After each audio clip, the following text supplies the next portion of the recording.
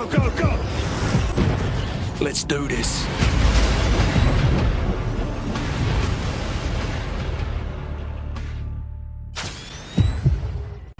Yo, what is going on, you guys? This is GamingWithSal. Welcome back to the channel. So in today's video, I want to go ahead and talk about factions and why I believe having them in a game such as Modern Warfare can make the experience even more better than it already will be. Now, there's a lot of reasons to why I believe factions are important for a game such as Call of Duty, because when it comes down to having this feature in a game such as COD, it brings a lot more storytelling to the other modes besides campaign. And we all know that when it comes down to the history of Call of Duty besides Black Ops 4, campaign has been a very memorable mode to play in certain Call of Duty titles. For me personally, I feel like that the Modern Warfare series had one of the best campaign missions and just storyline altogether, like I said, in the entire history of the franchise. And what made these games so special, in my opinion, was that when it came down to the Modern Warfare series, we didn't just play as one group of people or just one specific group of protagonists. We had sometimes members of a faction such as the Task 141 that we played as, or we had members of the Rangers faction. Sometimes we played as members from the SAS. And sometimes we even saw a point of view from other factions such as Spetsnaz and stuff like that. And all of these different factions that I listed pretty much exist in the Modern Warfare universe only. And what's so cool is that they didn't just exist in the campaign, but they were brought back into the multiplayer. And every single time you played a match, you would randomly get thrown into one of these factions. And because of this, it brought a little bit of a personality to the multiplayer as well. I mean, every single time you got thrown into a different faction, you would hear different voiceovers by different voice actors. And each of the voiceovers would reflect back on what faction they're from. So some of them might have accents, some of them might react in certain different ways depending on what's going on in these different matches of multiplayer. So basically, it's giving multiplayer its own personality because of the fact that these factions made it back into the mode. And that's something I feel like we need for Modern Warfare, because if we go ahead and take a look at past games such as Black Ops 4 and World War II, we've only had two factions for both of those games. And because of that, for me personally, I thought that hearing the same voice actors over and over again for every single match, it just got very boring very quickly. And like I said, you guys, it sounds so weird because I'm talking about just voiceovers when it comes down to something like multiplayer, but who remembers playing Modern Warfare 2 back in the day and hearing every single one of those different factions freak out every single time an AC-130 or a tactical nuke was coming into the map during a match?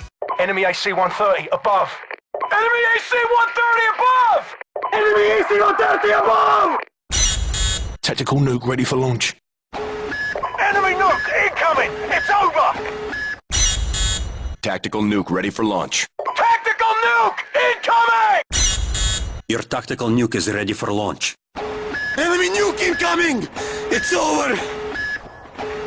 Like I said, if you played Modern Warfare 2 back in the day, I am guaranteeing that that's one of the things you remember. But when it comes down to these factions, I'm not just saying that having them come back to the multiplayer to kind of make that mode in the campaign feel connected is the only reason they should come back. If anything, I liked what Infinity Ward did with factions in a game such as Infinite Warfare. Now, if we go ahead and take a look at Infinite Warfare, there was a good amount of factions that did come to the multiplayer. And these factions came through a feature called mission teams. Now, what was so cool about mission teams was that every single time you entered one of the factions for this mission team feature, they would give you a set of challenges to complete, or sometimes even contracts. And these challenges and contracts would actually reward you depending on how challenging the challenges were, right? So if it was a very easy challenge, you might get maybe some armory credits or whatever currency system it was in Infinite Warfare. I totally forgot what it was called. Or sometimes you might get supply drops, and sometimes you might even get weapon bribe supply drops. So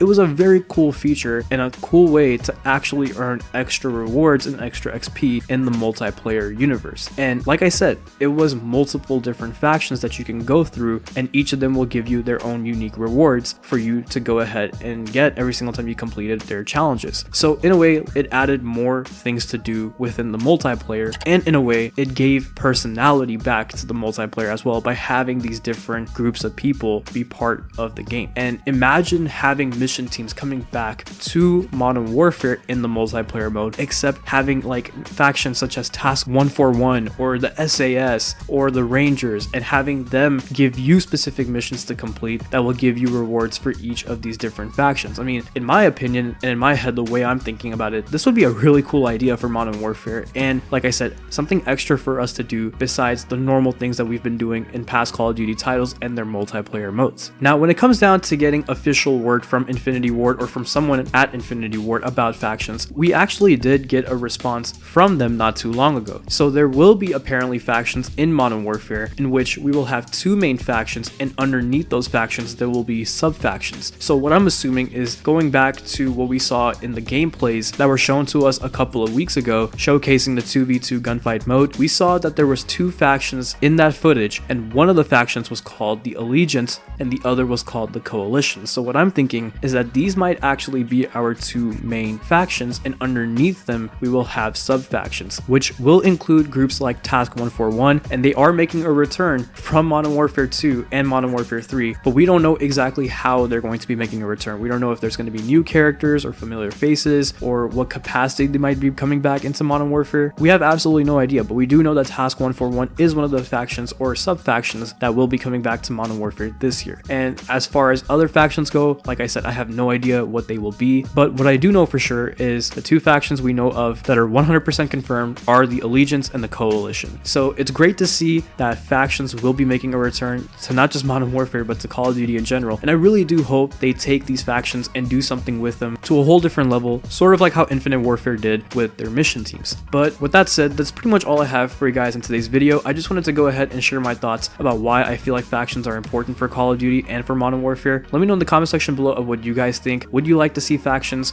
come back to Modern Warfare this year? And would you actually like to see the mission teams featured from Infinite Warfare also make a return to Modern Warfare this year? I would love to hear your thoughts in the comment section below if you guys want to go ahead and share them. But if you guys enjoyed today's video, please go ahead and leave a like, comment, subscribe, click the bell icon so you'll never miss an upload, and follow me on my social media accounts to stay connected. Links will always be in the description below, and I will go ahead and talk to you guys in the next one. So take care of yourselves, and bye.